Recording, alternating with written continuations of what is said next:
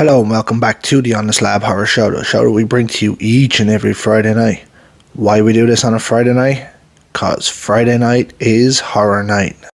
Welcome back. As you can see, this time I've ditched Tombstone Ted. I've upgraded. I've definitely upgraded. Sorry, Ted.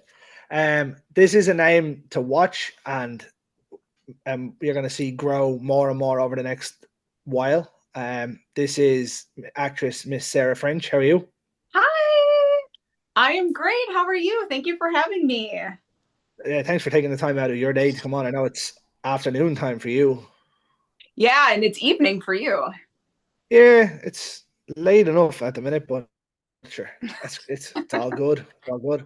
The usual Tuesday. Well, recording on a Tuesday, but this goes out on a Right. Friday because everyone knows Friday is horror night. um, Nice. but yeah, thanks for taking the time out of your day to come on. I know we reached out a couple of weeks ago after I watched probably your latest movie out, Brute 1976, which we'll touch on in a little while. Um, awesome movie, by the way. Thank Um, you. Did the I oh, I do have a question. Did the distributor send it to you? no. How'd you find it? It popped up on a VOD. Oh, so it's over in Ireland too. Well, it popped up on mine. Okay. Yeah. Cool. Well, that's good to So know. yeah, I don't know. I don't know how. Like it might be to do with the VPN, but it popped up. Sweet. Yeah. Well, I appreciate Yeah. you watching it, and I can't wait to talk about it. I didn't know what to expect. I just put it on. I was like, oh, it's another one of these movies that it's kind of similar, but I was very pleasantly surprised. But before we get into that, why don't you tell us a little bit about yourself and how you got started in the business? Yeah, so my name is Sarah French, and I've been acting since 2007.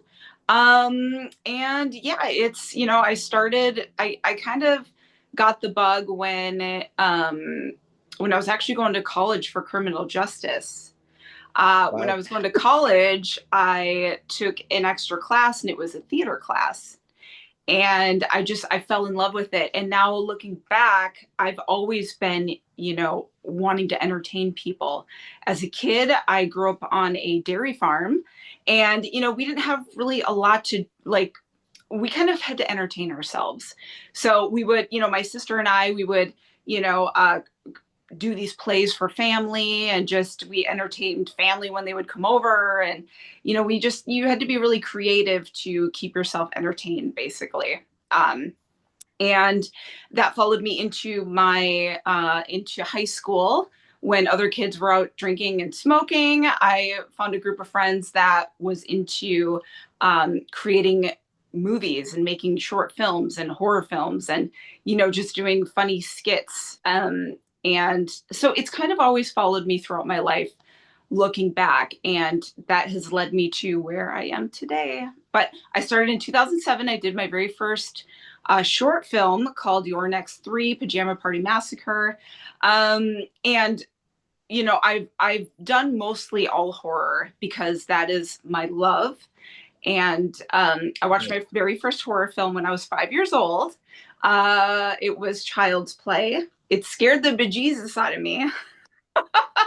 And I fell in love with that. I fell in love with being scared. And then, over time, I wanted to be that girl running through the woods, half naked, running from, a killer or being the killer. And I so mean, it, that's a quick it, it, gist of my, how it kind of all happened. it's definitely the start way for a lot of actors and actresses in horror. Really, it seems to be the one that everyone kind of gets into at the start, and it Mhm. takes a certain type of person to obviously stay around. Now, that's not to say that people don't just hang around. Like you obviously get the likes of Robert Englund, who's predominantly known for his horror roles, but has done an Right. awful lot otherwise as well. You know what I mean? Right. Danielle Yeah, House no, is another one. it's really good to be versatile. I've also done a lot of other things besides horror as well. I've done some space adventure films. I've done, drama, comedies. I've kind of done everything, but horror is, my love, first and foremost. But as long as somebody has a really great script, a great business plan, I'm down to read and check out anything. But I do love horror. And you can see that if you look up my IMDb, there are a lot of horror titles that I've been a part of. There's definitely a few, all right. There's a few. um, yeah, well, like as I said, horror seems to be the one that everyone sort of starts with, and the people that hang around and stay in it will always say that they're the closest knit fans. Like horror is the one genre of films where the film can be so stupid, it's great, Right. but if it's so serious, it can be perfect, and it doesn't make any sense that the bad ones can be that good either. Right. And a lot of times, some of these movies don't really gain an audience for many years down the road. Like John Carpenter back in the day when he was making his films, Halloween and all the films that he did, they didn't really gain traction till years down the road. And I've read some interviews from him and he was like, I'm glad you guys are all diehard fans now, but where were you back then when I really needed you to, make money and keep making these movies? But luckily he was able to still make movies and do what, he has done. But it's just funny how, a lot of times when you're doing these movies, people don't really know about them till later on down the road. Yeah, it's a lot of word of mouth. Now, the best thing about movies now is obviously the word of social media is so powerful. Right. It's changed so much since, back in the days. And, that's what I love about, I have a love-hate relationship with social media. But the one thing I love about it is it's really opened a lot of doors for me as an actor. And, it's really, been a tool to use for when I'm promoting my movies.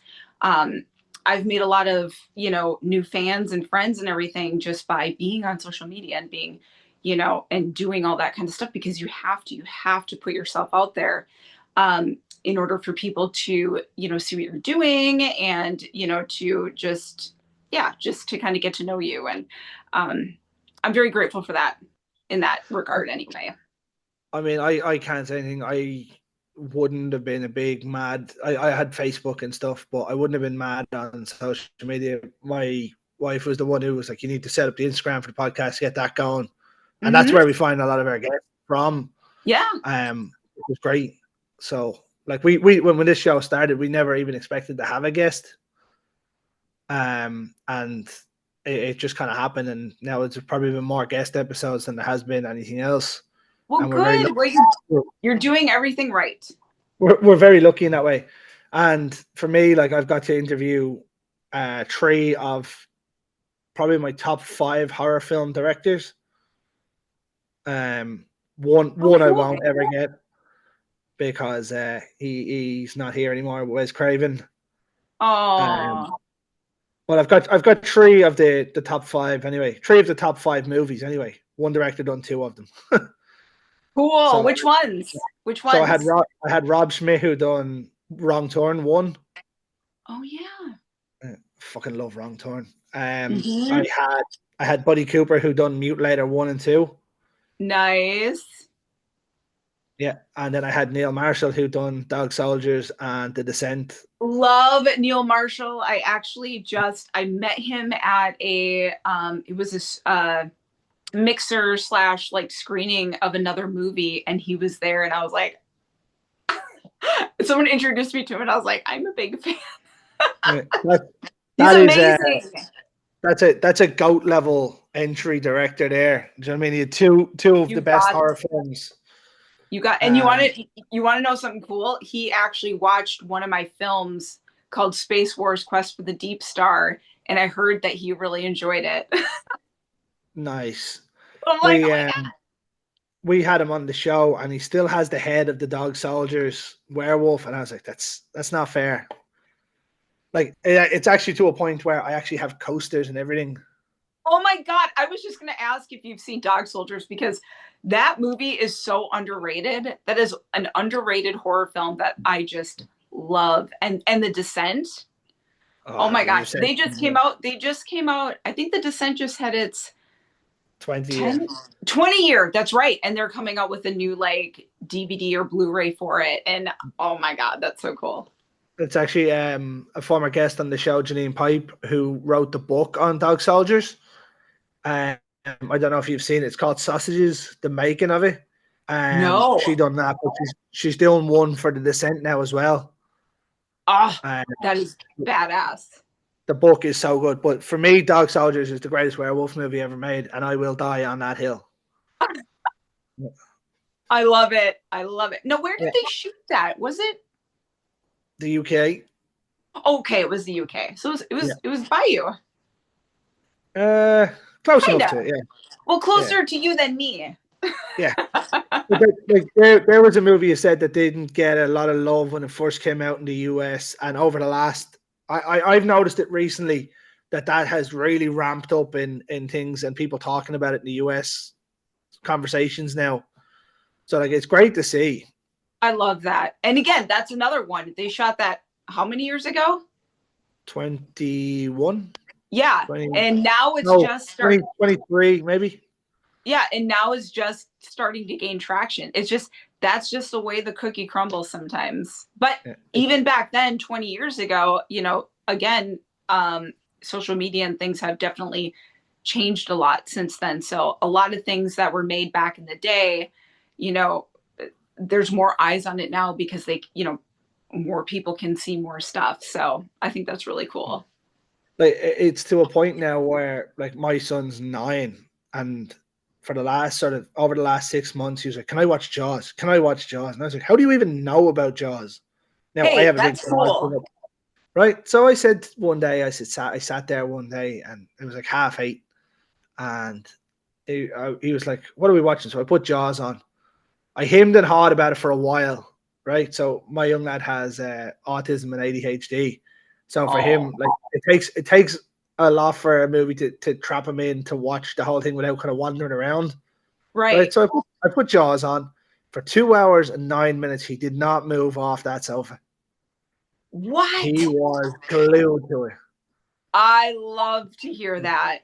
No, I have a video. I have a video recording of him watching it. You know when Quint dies, and in the video just before Quint dies, before the boat gets hit, he's like, "So how many people have died in this movie?" And I was like, 5 or 6. And he's like, "All right, okay." And he's like, "You didn't say anything else." And then he starts giving out to me. He's like, "You told me no one else was going to die." And I was like, "No, I didn't. You asked me how many people died." He's like, "But why did they kill Quint?" And I was like, "Yeah." Oh, like, that's awesome. He sat there and watched the whole thing for something like for 5 or 6 weeks. He was consistently at me to watch it. Oh, like, that's social media. That's online games and things where he's seen Jaws, and I'm like, you shouldn't even know what Jaws is. Was that a recent thing you guys did together? Yeah, it was only probably 4 months ago, 3 months ago. Yeah, because Jaws just celebrated its 50-year anniversary, so I'm sure he was seeing stuff online and everything of the, you know, of the anniversary. So I think that's really cool. I think what actually happened. So he plays Roblox, and he has a cinema game on it where he runs a cinema in it. But he had a Jaws poster up. But we'd booked to go and see a film, the 4 of us, myself, my wife, and the 2 kids. And I went in and says, "Oh, the movie's cancelled. We're going to see Jaws." And he bounced up. He's like, "Yes." Right, but we get to the cinema later that day, and they had the Jaws 50th anniversary poster up, and I was like, "Okay, it's probably written now that I should let him watch it." So he watched it and he loved it. Well, compared to what they have on TV now, Jaws is very PG. You know what I mean?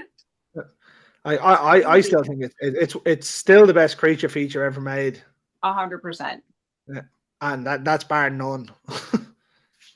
But yeah, so I'll tell you what, we'll jump into some of your movies. One that I actually didn't realize you were in that I seen a while ago.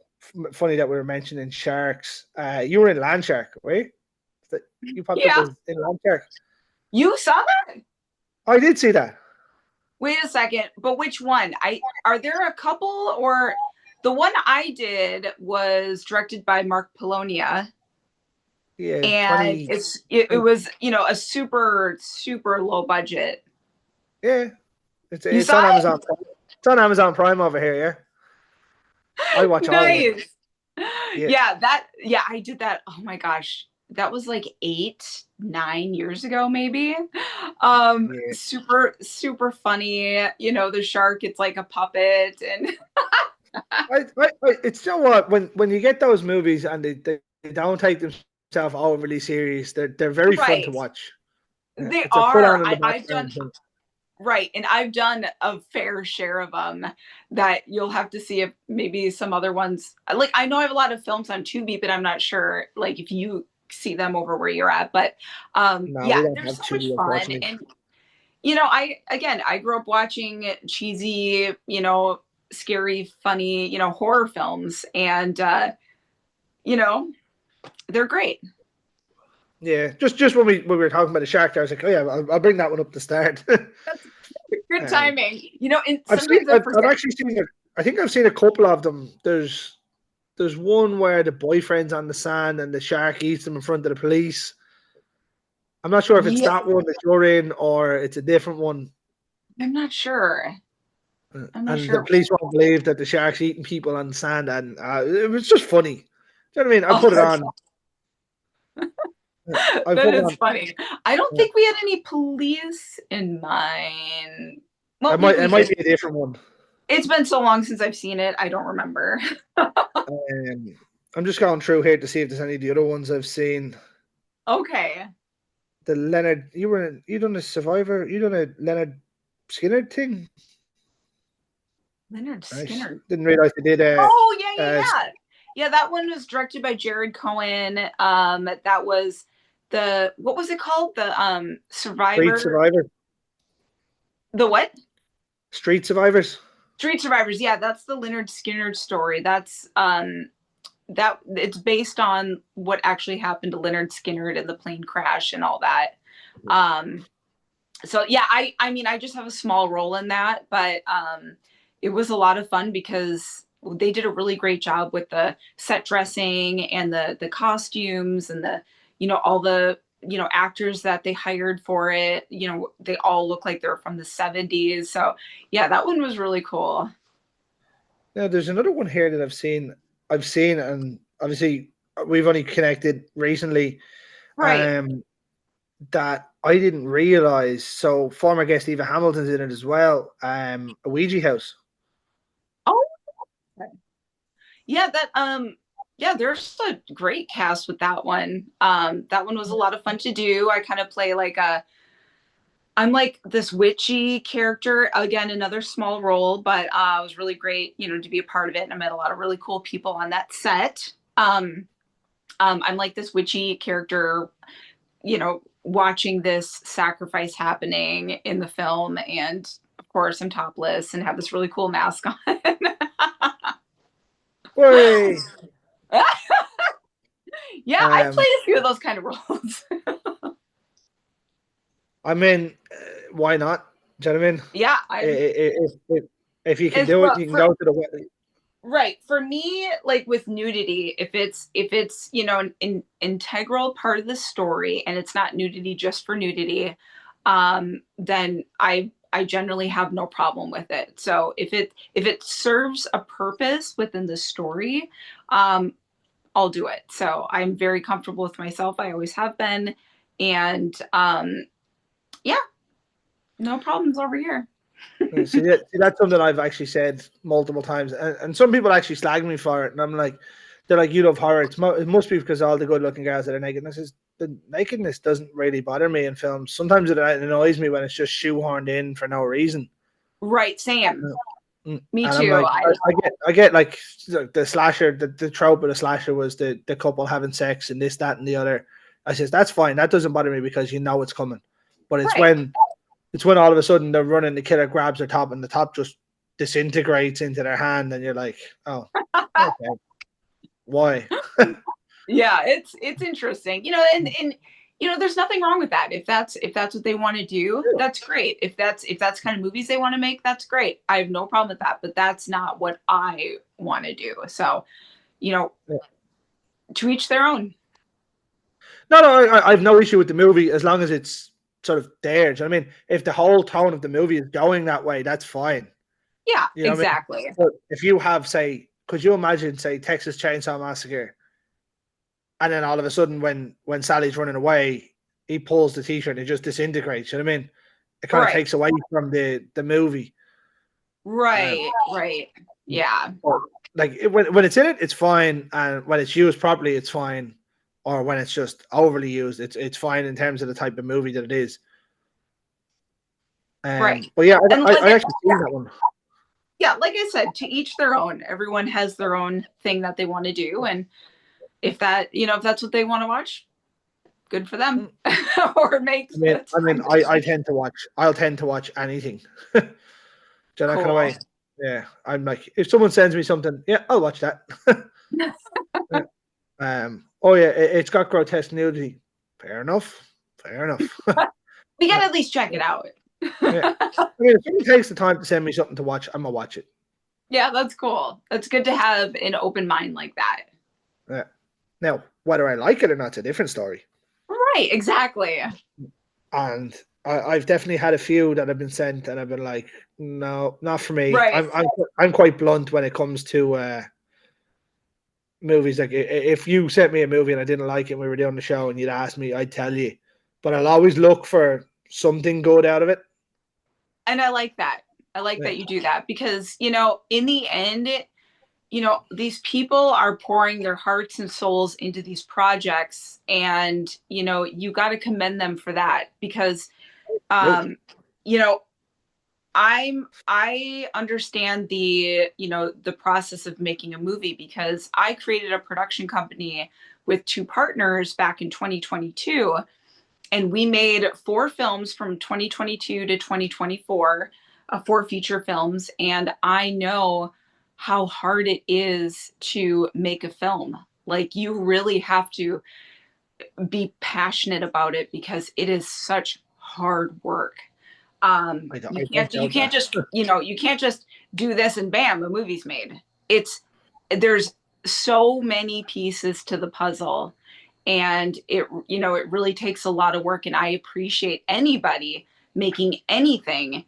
um and it's people do it. You got to be in this business because you truly love it, and you truly want to make something, something that you love. And so yeah, so I commend anybody making a film, and I try to not be negative about things because I know what it's like. So anybody making anything, I commend them because it's not easy.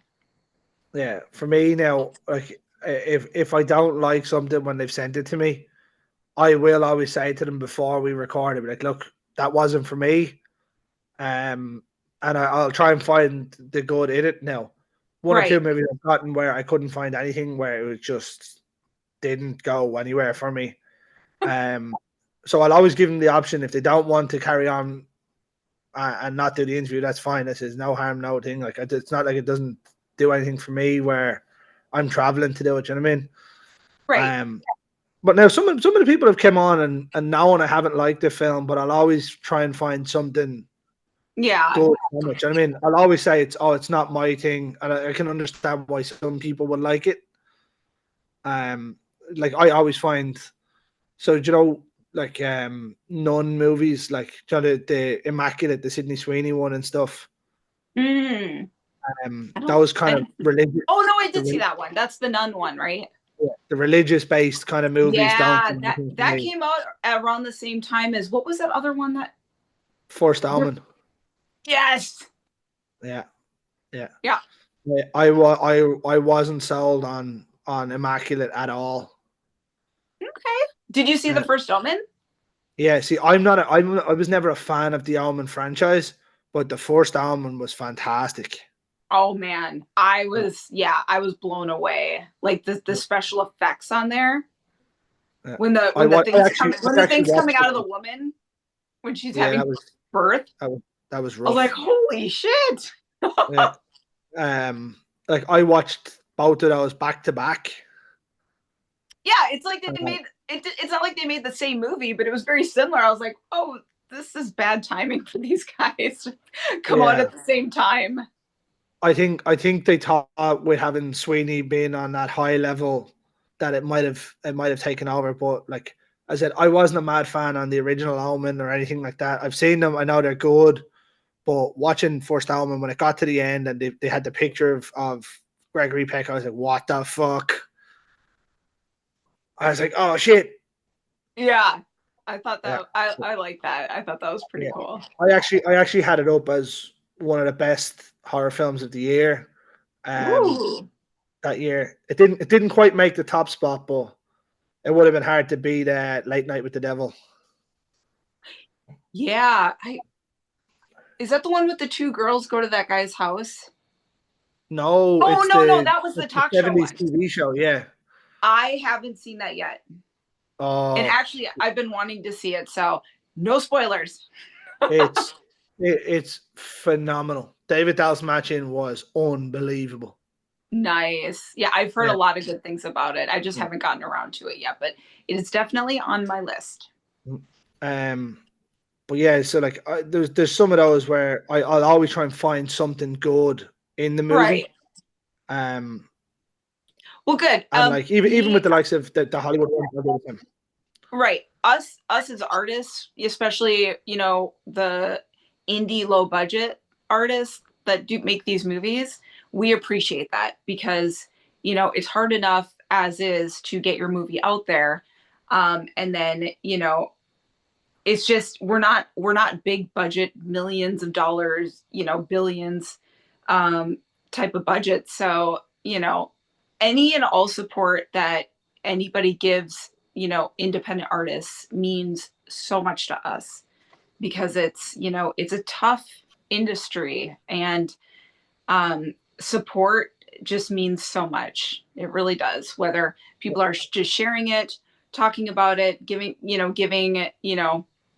not bad reviews, because reviews, that's the one thing. It's like, you know especially when people watch independent movies and they're like slagging it nonstop. It's like, you know you try making a movie. It's not if you think you know everything about making movies, then make a movie. And but they don't. They just want to talk shit. And it's like, Well, I review don't know. review. I take reviews with a pinch of salt. Like especially on the likes of Rotten Tomatoes and stuff. Like I went on one day just to have a laugh, and I went on to Jaws, going back to Jaws, and there was a 1 star review because there wasn't enough shark in the movie. I mean, And I was like, pal, it was made in 1974. So I mean, what more do you want? I says it's probably one of the best movies ever made. Oh, right. why didn't they just do this? I That's what don't makes know. it that much more special, because the shark was barely in it, and it was barely in it because it broke down. But that's what makes it so like good, because you know if you can have a movie that doesn't have much of the monster in it, but it's that compelling, then you did a good job. Absolutely. um Take Alien. Do you know what I mean?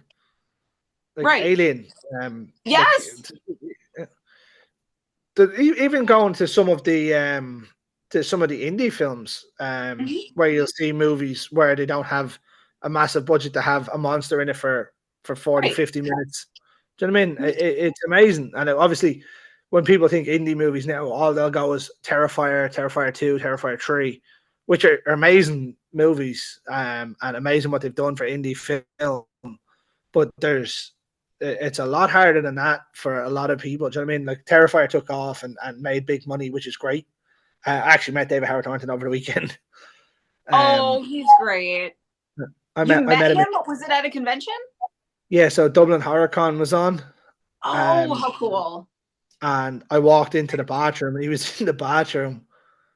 But I was having a conversation with him, and obviously after while we were washing hands, we were having a Right. conversation.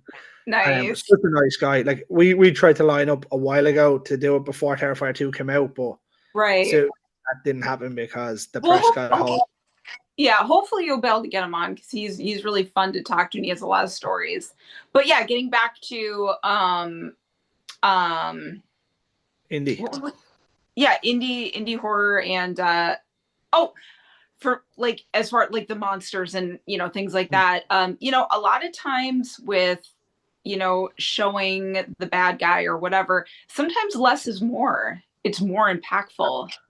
Absolutely. And then it gives you space to create your own, idea on what's going to happen. It makes it that much more suspenseful when you don't see as much.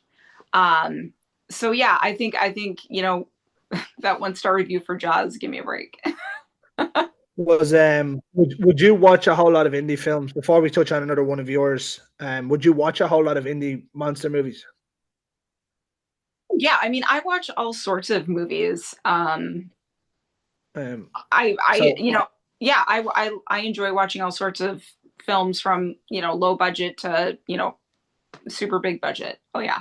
I don't know whether you've seen my boy Dylan Brown done a trilogy called Tahoe Joe. I It's a Bigfoot haven't. movie. Oh It's a no. it's a found footage Bigfoot movie. Oh my gosh. They're so good. They're so good. Um, Well, and then fun fact, I did a Bigfoot film also. did you? I did. Which one? Yeah, I did this one years ago. It's called Shriek of the Sasquatch. Nice. I'm gonna try find And it that. takes place in 1979. So it's all like, old school. I'm gonna try and find that now. It might be harder to find. It's a lot of Uh, fun, that's for sure. But yeah, I'll definitely have to check that one out that you mentioned. yeah, they're very good. Horror Dads Productions did quite a good few cryptid verse movies. Cool. Uh, Joshua Brooker done Mothman as well. That was brilliant. Um, Ooh. yeah. There's some of them are brilliant. Brilliant. That's really cool. And that's out now. Is it on streaming? It should be. It might be on Tubi. I don't know. I see. I don't have Tubi over here, so they Okay. actually sent them to me to watch, which is great. Ooh, very cool. So Yeah, you got they've you been, got the cool job. You get to see everything probably before it comes out. yeah. Sure, that's the way it is, isn't it? But sure, I tell you what. We'll jump into the one that actually caused me to find you to reach out. In Brute 1976. Yay! Um, Yes, yes, yes. so Which is another one that takes place in the 70s. I'd have never have guessed from the title. Right? Um, I will say I'll start off. Like as I said, I always try and find the good and the bad in things. Um, this one I didn't really have any expectations for. I knew nothing about it. And I was like, I put it on and I was hooked in after 2 minutes, 3 minutes. I was like, yeah, I'm all in. Albeit I I wanted love that. I wanted absolutely everybody to die though. Well, I'm no spoilers, but I think we did pretty good with that. it's a horror film where people don't die. Doesn't sound right, does it? Well, they slowly get picked off kind of one by one, Yeah. and then I some will not. I will say like it's obviously very heavily what seems like very heavily inspired by Texas Chainsaw. The mask creation for some of the characters in this was phenomenal. Right. And then obviously the cast themselves were brilliant. Yourself and Gigi obviously at the start, um, kind of just picked off. She seems to be doing every. She seems to just be a name that's popping up everywhere now. Hmm. Um, and then I've gone through it here. There's like I don't know half of these people. They're the only two names that I kind of knew. Adrian McLean was brilliant in this. Yeah, as Roxy, yeah, she's great. Yeah. Yeah, just to give kind of everyone an idea. So this is the third film from my production company. So Oh, you did this? the I didn't realize that. yeah, yeah. So I started the production company in 2022 with my partners Marcel Walls, who's the director, and Joe Netter, who's the writer. And we weren't getting the opportunities that we wanted, so we decided to create our own opportunities. And the three of us have an extensive background in filmmaking and the horror genre, and our love of horror. So we kind of brought all of our ideas together to start creating these stories and bringing these stories to life. um, with all of us being horror fans, we wanted every movie we did, we wanted to incorporate, our love of these horror movies that we've been watching, since we were kids. So our first, a quick beginning, our first film called That's a Wrap. That one is very inspired by Scream, like the Scream style films, the whodunit, the beautiful scenery, slasher, of course. So, that one's very like 90s style Scream slasher type of film. And then we jump to the next film we did is called Garden of Eden. And that one's, more inspired, I would say, by the our director Marcel. One of his favorite films was Martyrs. So I don't know if you've ever seen that one. Oh, Really no, fucking. no, no. So it's very like, religious horror, very fucked up, very It is. controversial. Yeah, very just like, people in masks and, A very filleting scene is very horrendous. religious themed, dealing with a family and, making people's dreams come true. But some people's dreams are other people's nightmares. So very secret society type thing. So that was that one. And then jump to Brute 1976, which is our, kind of homage to Texas Chainsaw Massacre and Hills Have Eyes. So we're using in all these films our love of, the horror genre, incorporating that into these films and just creating new stories and, kind of just doing our own thing. So yeah, Route 1976 is about a group of people that go do this photo shoot in the desert, and they're celebrating 1976 in the bicentennial, and they're celebrating the United States and how far they've come, and so they're doing this really cool salt and pepper type photo shoot for a famous magazine. Well, one of the models doesn't show up, so they enlist the makeup artist Sunshine, played by myself. They enlist her to do the photo shoot because the other model just never showed up. So after the photo shoot, they decide to check out this really cool ghost town. And let's just say there is a family that lives at this ghost town, and they are not happy that they are there. So that's a quick little rundown. I mean, you can't do more than that without giving spoilers away. Exactly. Like, I was watching it, and as I said, I was hooked in automatically. But like even the opening scenes, just shooting over the desert, and then it shoots down to like obviously it's not a spoiler, but the car that's broken down. Yeah. And so like it shoots down, and Gigi's there, and she has her feet over the side. It's very similar to the start of the likes of Jeepers Creepers and stuff when you see it like done like that. Yeah. And in the desert, then obviously I got the Hills Have Eyes vibe straight away. I was like, oh yeah. Yeah. Oh, yeah. For sure. Our cinematographer, Marcus Friedlander, he is amazing. He's been with us since the first film, That's a Wrap. And, he's so good at, all the visual stuff. Marcel's a great visual director.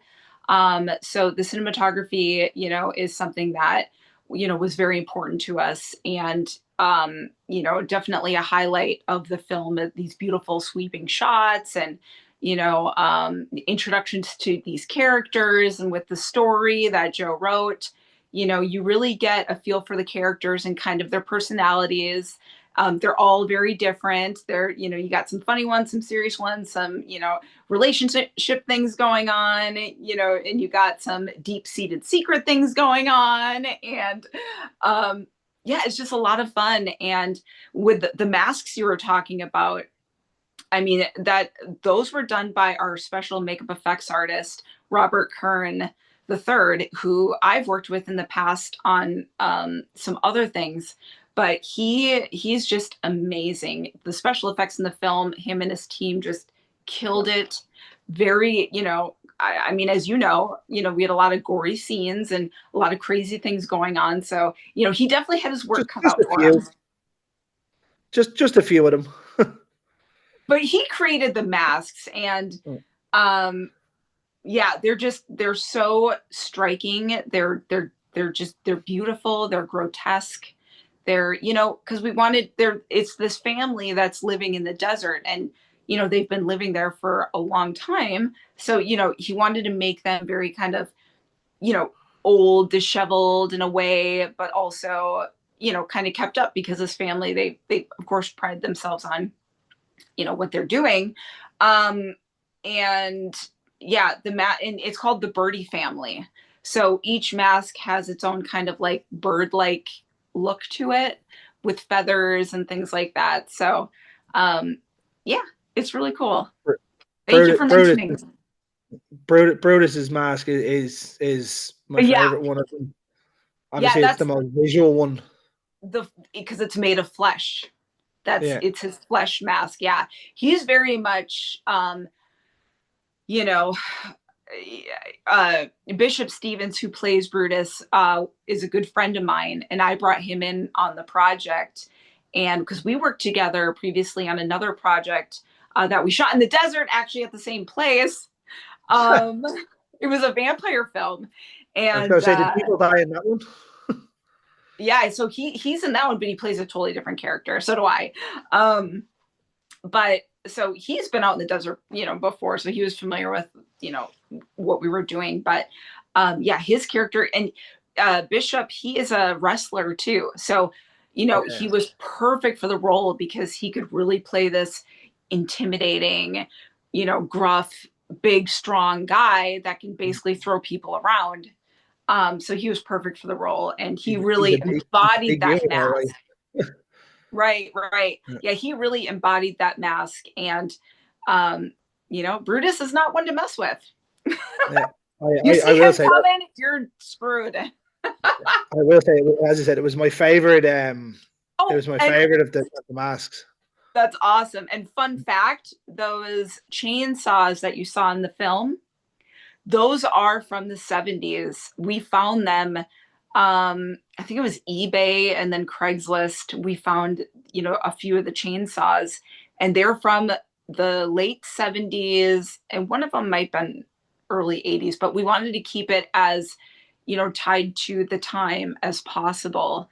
Because we don't want to take people out of the movie, because I want them to be like, oh, that chainsaw is from 1995. That's what I was But going to say. You'll always find someone that will do that. They'll be like, "Oh, it's that didn't fine. come out till 2004."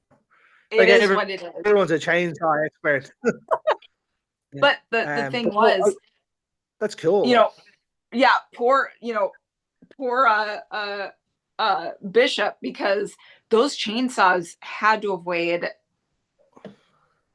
20, 30 plus pounds, Yeah, because he's a big. that's tough, running through them, swinging them around in the desert and the heat. And oh yeah, he had it rough. But I will say, I'm not going to give the ending or anything away, but the way it ended, I was really, no, I did call it after a while, but I was like, yeah, that's fucking deadly. I was like, it was so well done. It was really enjoyable. Like, as I said, I went in with zero expectations. I just found it and I was like, oh, I'll watch this. I'm so glad. That is so cool to me. I love that. Thank you. Absolutely. Like I said, I didn't realize that was part of your production team. Yes. But I'd definitely be interested now in checking out the other ones. Yes. Wherever I can, Yes. Yeah. where I can find them. If you were able to find Brute 1976, you should be able to find That's a Wrap and Garden of Eden. Once they have you here, I'll check. But yeah, no, as I said, really, really enjoyed it. Yay! Actually, Well, let's see, where do I have it? So I have a ranking for new movies that I watch every year. oh, of course, now Letterboxd isn't working right now. no, I know, I'm on Letterboxd too. Yeah, it seems to be very slow today. Another fun fact is, if you thoroughly enjoyed Brute 1976, get ready, because we got a sequel coming. Oh shit! Yep, this isn't the end of the Birdie family. No, it's going full on Yeah. Firefly trilogy.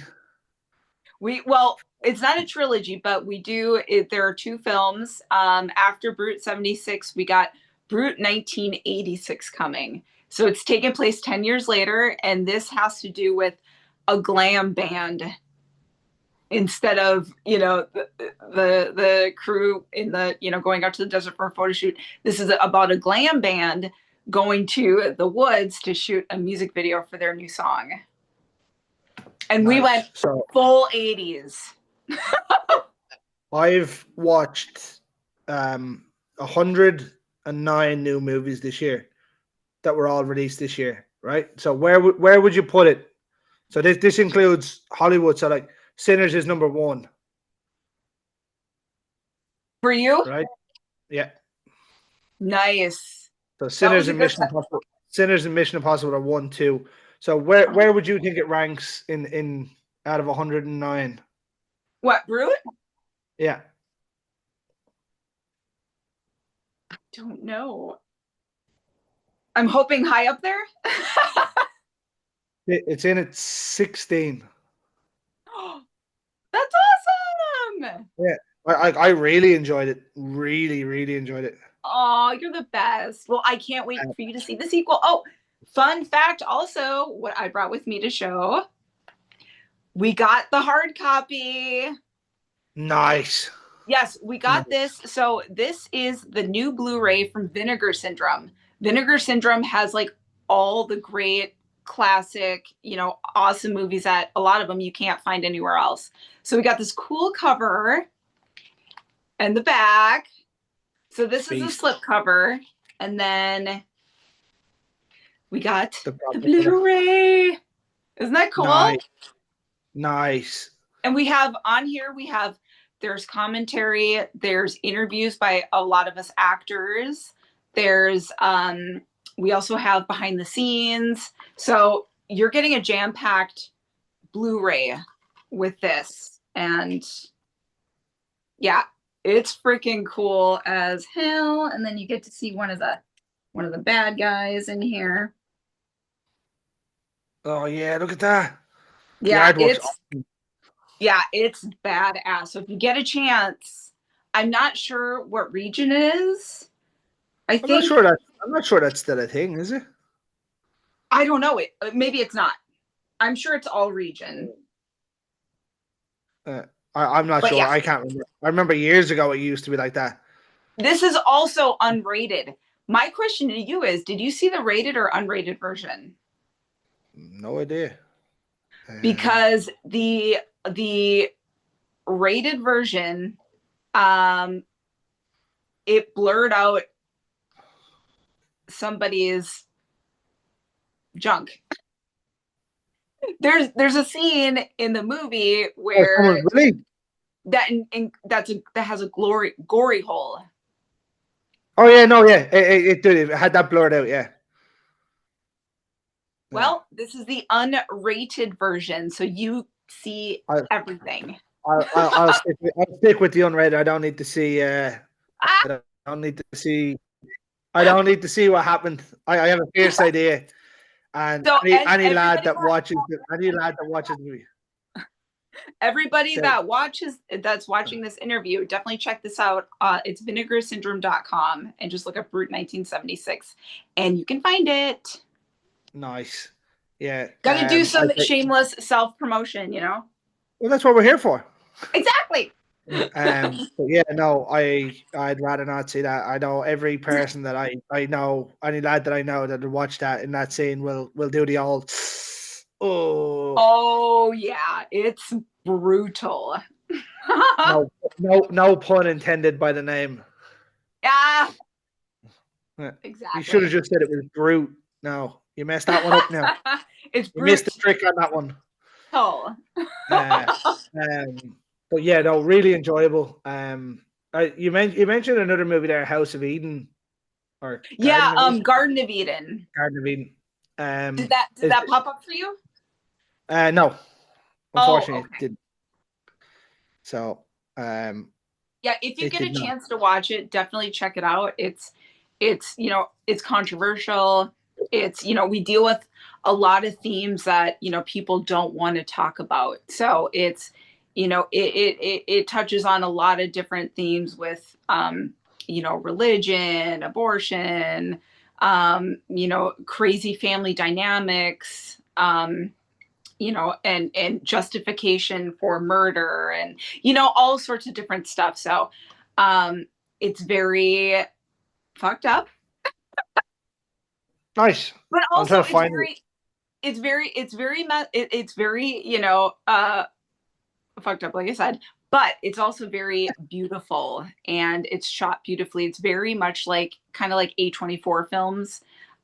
So, it's very visual, but very, very brutal too. Oh, I see it. It's on Prime, but I have to buy it. Ooh. Oh, Hold on. yeah. Well, you can watch the trailer and decide if that's something for you, but it's really good. That was the second film from my production company. So, and that's the one, like I said, Marcel, our director, is very much of a fan of murders. So, Joe wanted to write him something that was, you know, along the lines of that. So the brutality and the beauty and yeah. I'm not sold on that movie myself. I've seen it once or twice, and I was just like, I was kind of bored. I was like, okay. I can see why people love it. The filleting scene was phenomenally done as well at the end. But Right. yeah, it's not one that I'd rush back to. I hear you there. Yeah. Yeah. But if you like the 90s style whodunit slasher, then you'll probably really dig That's a Wrap. Let me just see Because if that. that one again is very visual, beautiful. That one takes place. So these people just made a film and they're having a small wrap party for the film at a studio. And one of the killers in the film comes to life. So it turns into a, who's the killer, who is killing, all these actors and crew, and it's really fun. And we got Serena Vincent in it, who is who she was in Cabin Fever. She's the The girl that original one. shaved. What's it? The original one. Yes, she's the dark-haired girl. The one that shaves Love her her. legs. What's that? The one that's shaving her leg with all the big Yeah, mad disease in it. Yeah, that scene is horrendous. Oof. I'm sorry. We, Woo! we broke Sarah. I'm broken. I was broken a long time Um, ago. No, I'm kidding. hold on. Um, Oh, That's a Wrap is there to rent or buy as well. I don't yeah, know if but that's that was the first film that we made as a company. So, um, that would. that's not your one. That's a Christmas movie. Oh, yeah, no. No, I'm not paying $9.99 for a Christmas movie. Fuck that. I'll try and get a hold of them somewhere. And see Yeah, where they yeah. pop up. And then, like I said, our sequel to Brute 1976, Brute 1986, is hopefully going to be coming out at some point. We have yet to sell it because we're kind of shopping around right now, but it's completely done. And Done. we're probably going to start talking about it. We haven't really talked about it yet. So we're going to probably start talking about it soon to kind of get, people excited for it. Well, you know where we are. Yes.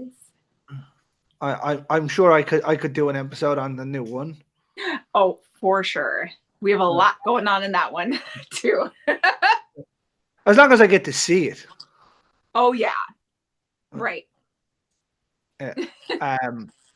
But obviously I'll try and get a hold of those other two to see. One of them sounds more up my line than That's a Wrap sounds more like it than Garden of Right. Eden. Right. But I'll give it a go. I always like to check out any of the guests that we've had on, some of their work and stuff. Obviously, I've seen a few of yours anyway. Yay.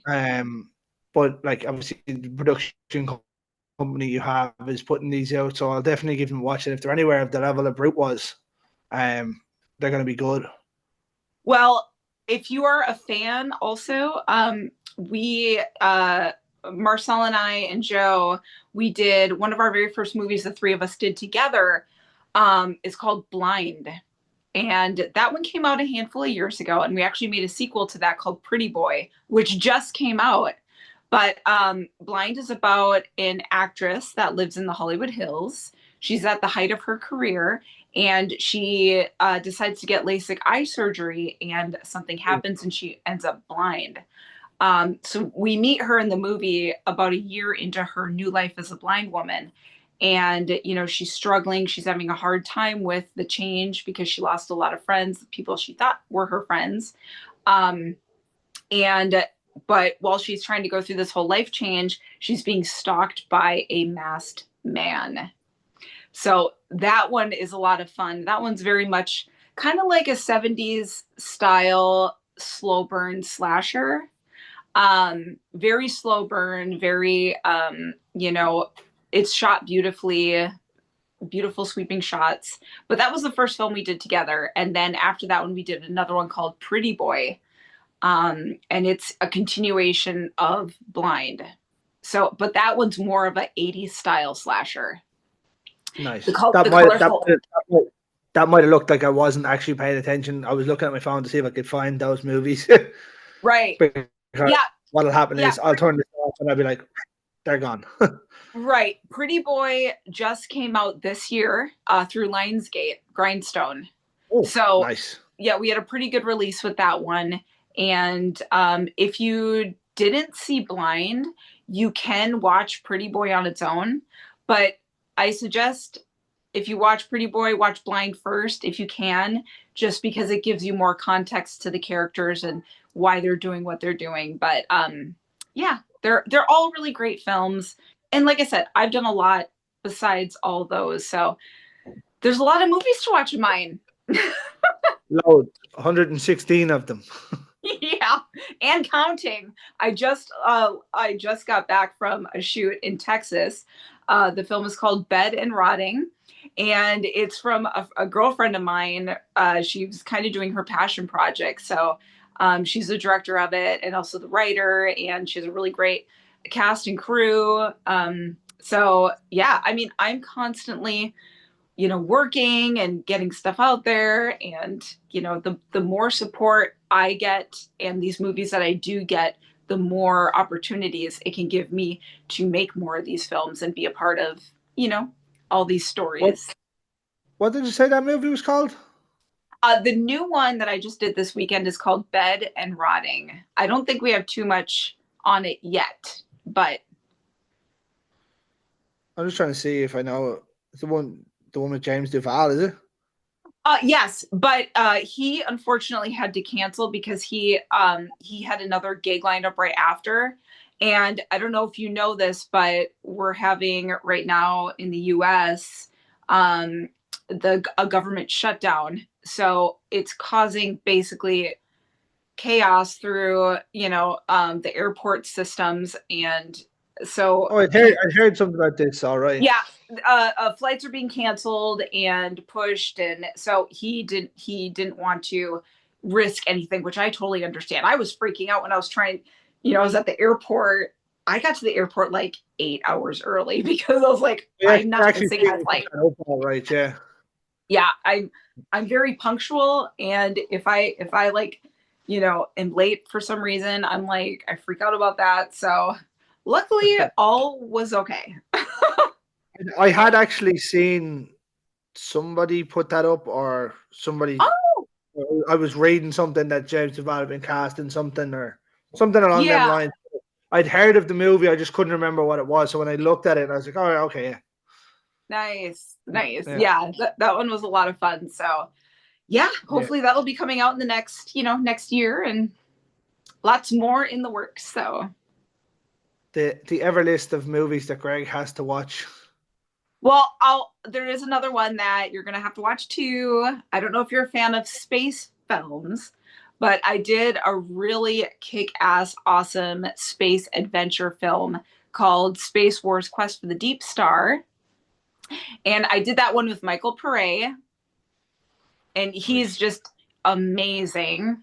definitely check that one out if you get a chance. It's so much fun, and your whole family could watch it. It's definitely a family friendly movie.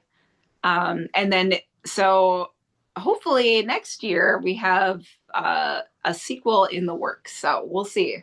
We'll see how everything goes, but it's awesome. And this is the one that's recommended by Neil Marshall. He watched that one and enjoyed it. So definitely check it out. You're not going to get a better review than that one. Well, you want to know you want to know who recommended Blind? Go for it. Don't say John. Tom Savini. Nice. I like Tom Savini's work. Good. It was a good SFX guy. Oh yeah. He was probably the best in the business for a long time.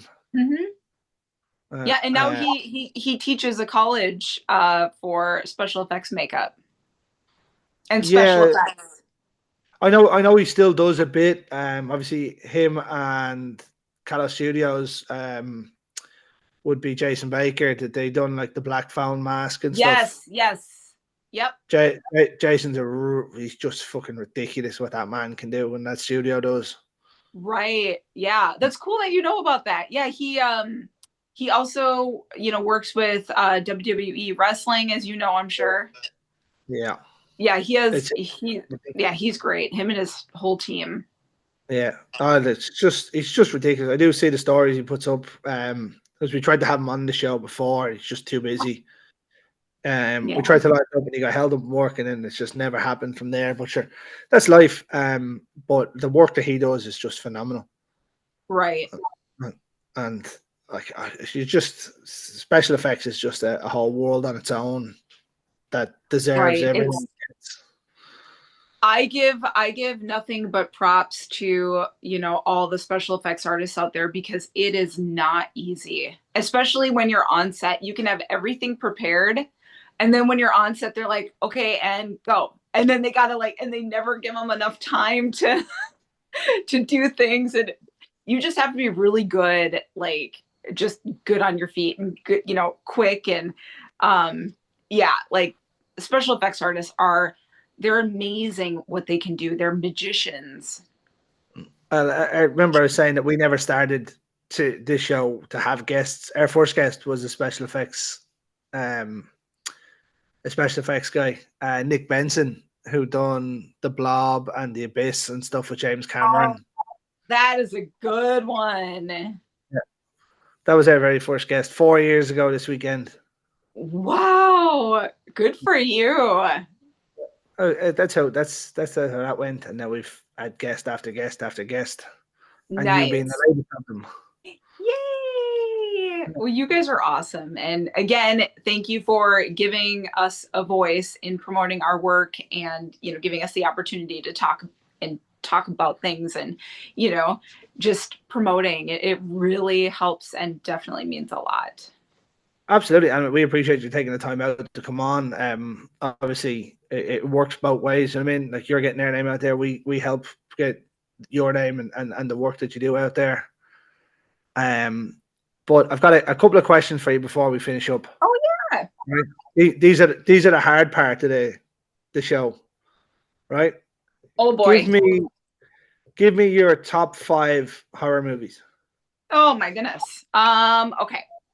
Number 1 for me is Child's Play, because Child's Play is what got me into my love of horror and has led me to where I am today. I would say the original Halloween. I would say I love Halloween 3 as well. It's hard to pick a top 5. Let's see what else. I would say I'm a big fan of Return of the Living Dead. Nice. I love 1, but I also love 2. But so I can't choose between the 2. Okay, I'll let you have to put them as 1. Okay, and also Day and Dawn of the Dead, the originals. I can't choose between them either, so we got to put them in 1. What about the third part of it? Um, um, which one? Oh, you mean the Is original that yeah? Night of the Have you Living got Dead? Oh, yeah, I love Night of the Living Dead. But I don't know. I think it just at the time of my life when I first saw them, either I think I saw Day of the Dead first. And it's right? always sometimes when you watch things first, those are the ones that stick in your head the most and the ones that you tend to love That the makes sense. most. Yeah, that Right. makes sense. And then I saw the other one down the road. But yeah, I love Friday the 13th. Prince of Darkness, The Fog, The Thing. I mean, the list goes on. I can't choose.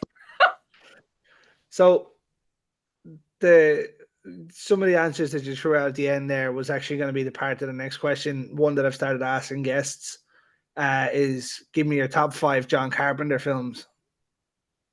Yeah, definitely. Like I said, Now, The Thing, The before Fog. before you go any further with this one, right? There's one answer that needs to be in here, or this whole episode goes away. Oh shit. So you've got the thing and the fog. You've got 3 more, and you got to find the right answer here. Halloween. Oh, They Live.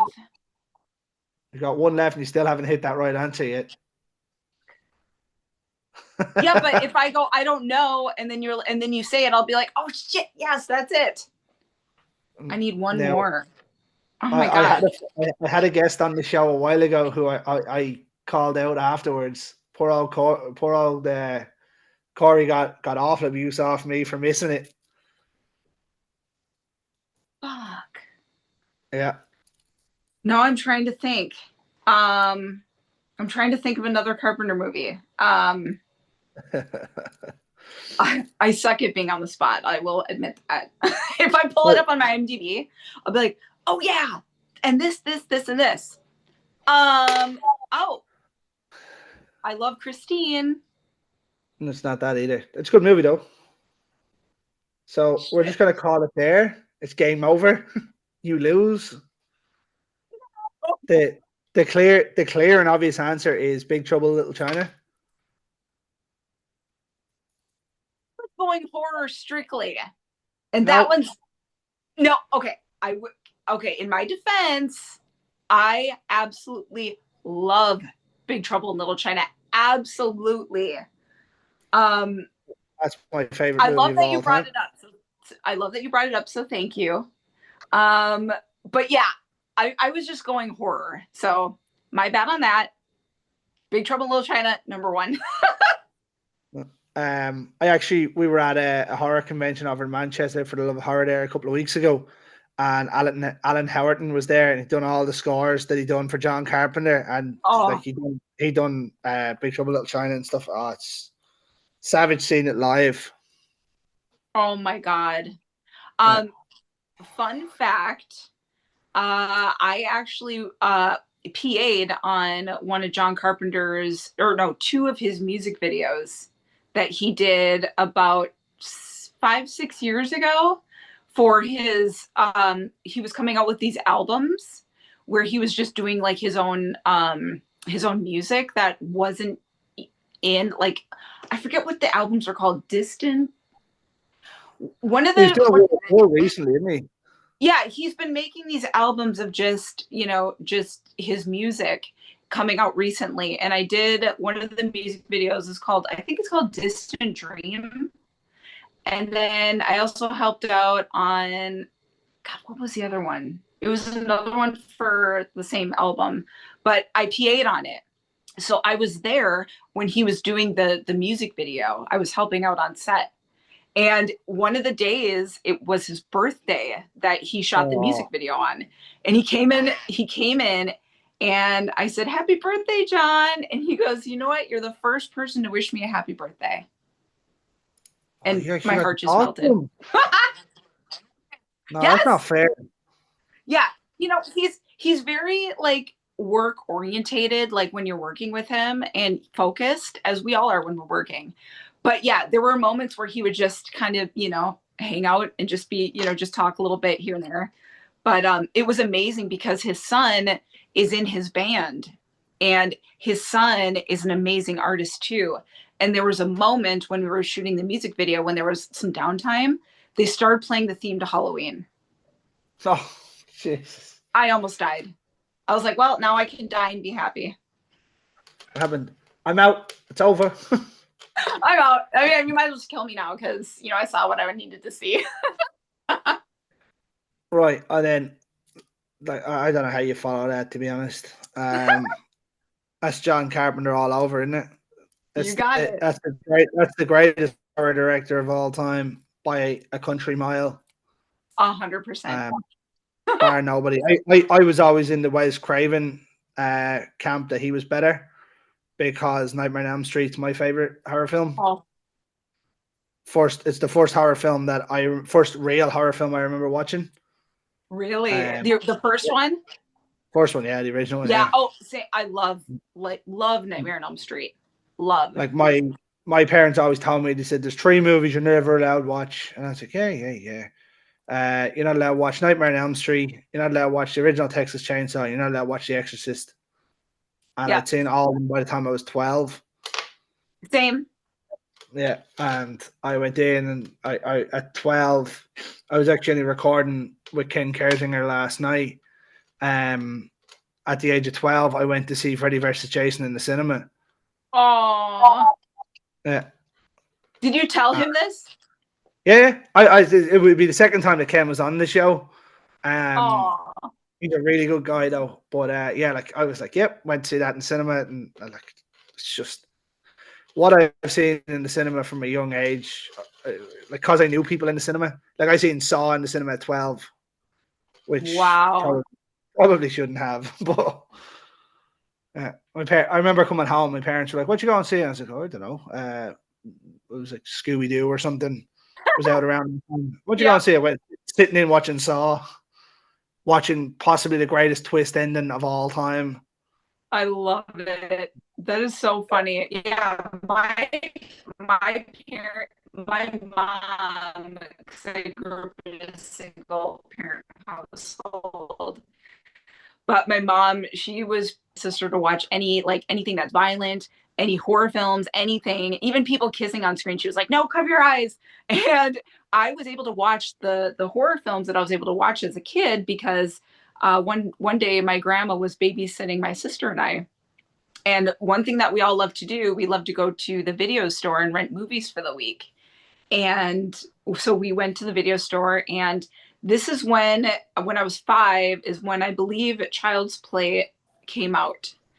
And so the Child's Play was sitting on the new release shelf, and I saw it, and I was like, and I believe it was the image of the apartment building, and then Chucky kind of looking over in the sky.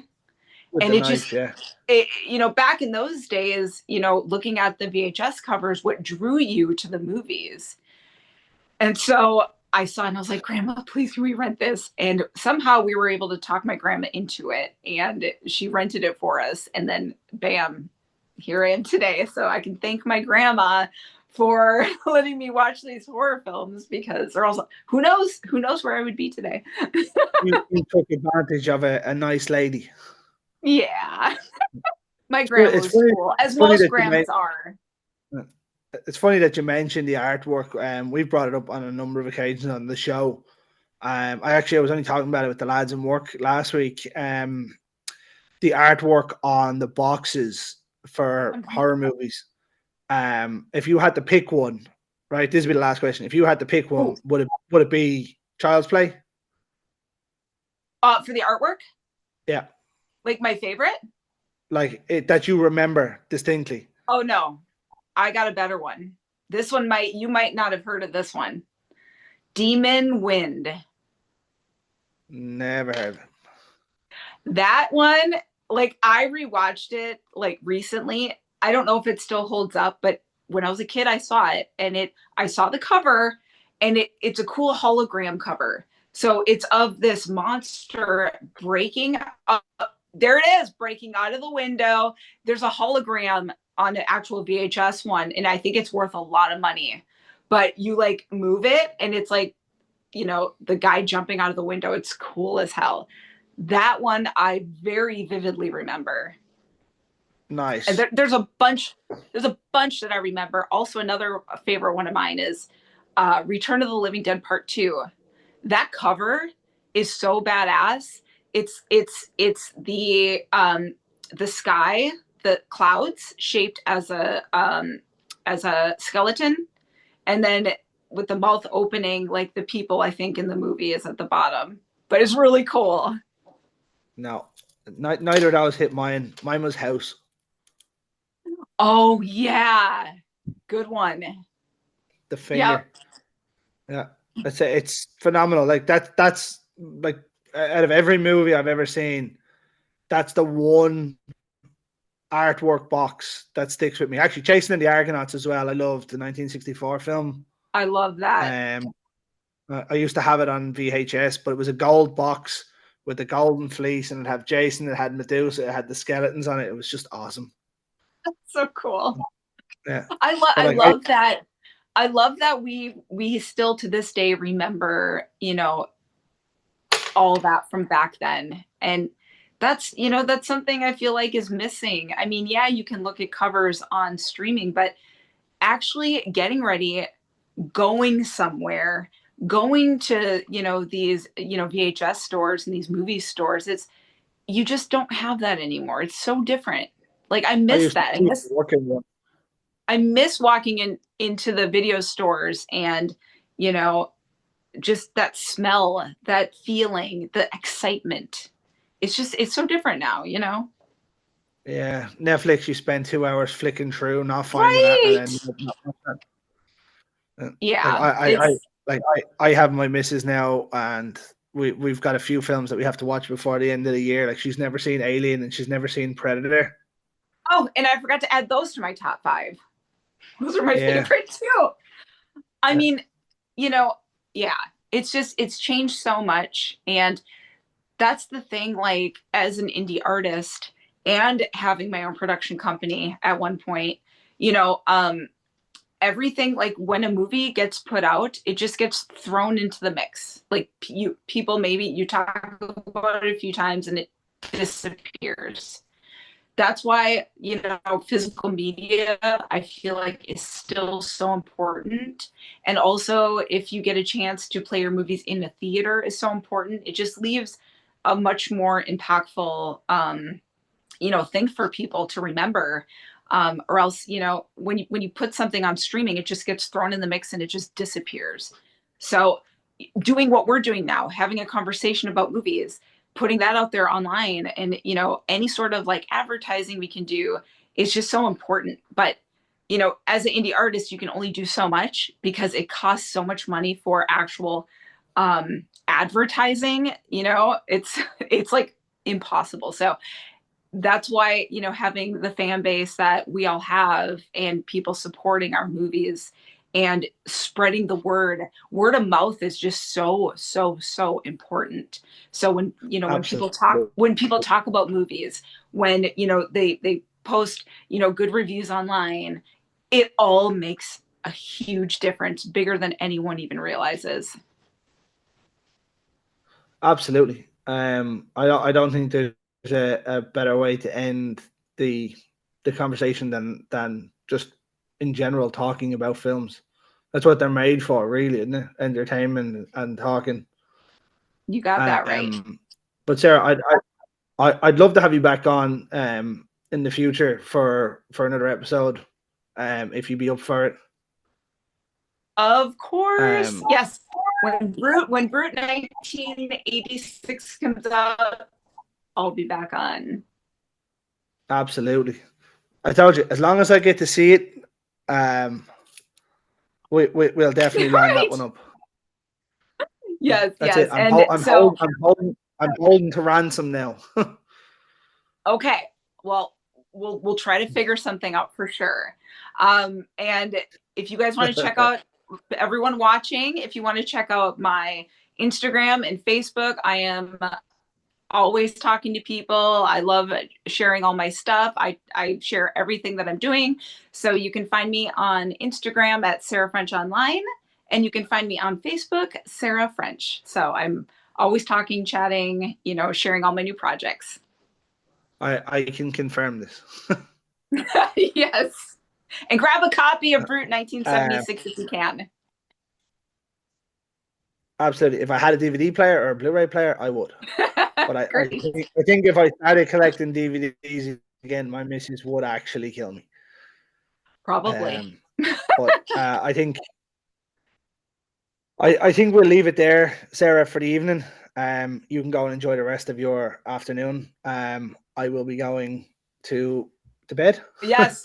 But it's been a pleasure having you on. Thank you for having me. And absolutely, we'll absolutely do it again. I'll check out some of those other films if I can get a hold of them, and let you know what I think. Awesome. But what I'll do is I'll finish this the way I finish every single Friday night, folks. In the words of the great George A. Romero, ladies and gentlemen, stay scared.